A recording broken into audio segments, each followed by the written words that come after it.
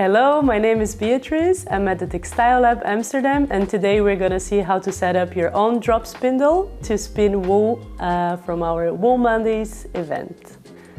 The drop spindle is part of the third day of the Wool Mondays event, and this is the do-it-yourself wool little factory, and it's one of the oldest tools to spin yarn. It looks something like this, and we are going to do it from scratch.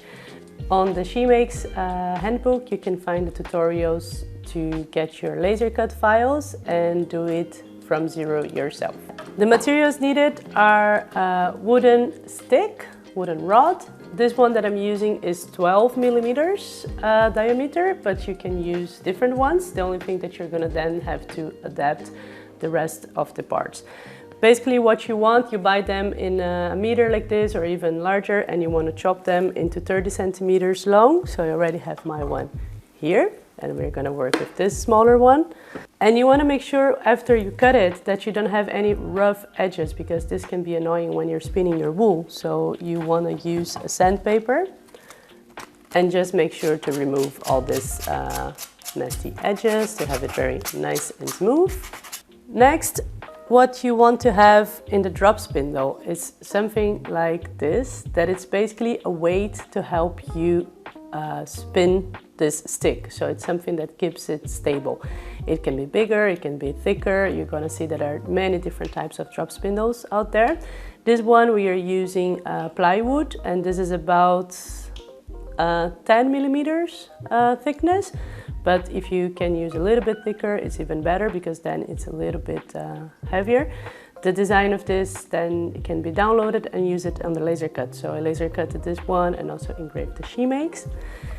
You want to make sure that you have it as tight as possible, so that it's not spinning that much. This one is a little bit loose, but then you're gonna secure it by using two little rubber. And you're gonna put one in the top. The last step then is to attach the metal hook. This one is what's gonna guide your fleece into the drop spindle. And it's done. This is a drop spindle by Shemakes that you can do yourself. You only need a laser cut nearby on your lab, and you're ready to go. Here behind me you can see a lot of wool fleece that we dyed on our day 2 coloring wool.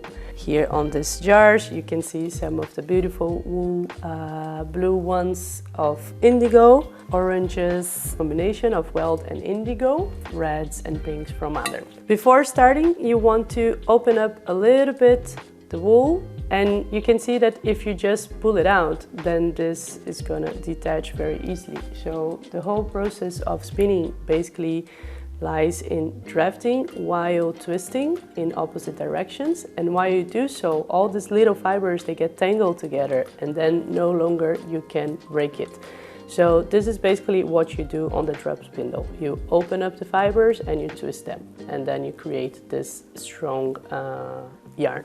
So in order to start, it's always good to be seated, that you can use your legs to assist you. You're going to do, as I said here in the beginning, you open up a little bit and you have a little yarn. And then depending whether you are right-handed or left-handed, you're going to find it easier to hold the yarn with the left or the right hand. And then I'm going to start spinning from here. Oh, I had it on the opposite way. And I have it very tension. So once I park it, and if I hold here on where I have already spinned, I can open up the yarn a bit, the fleece, sorry, and I let go, this tension is gonna come up. And then I continue spinning.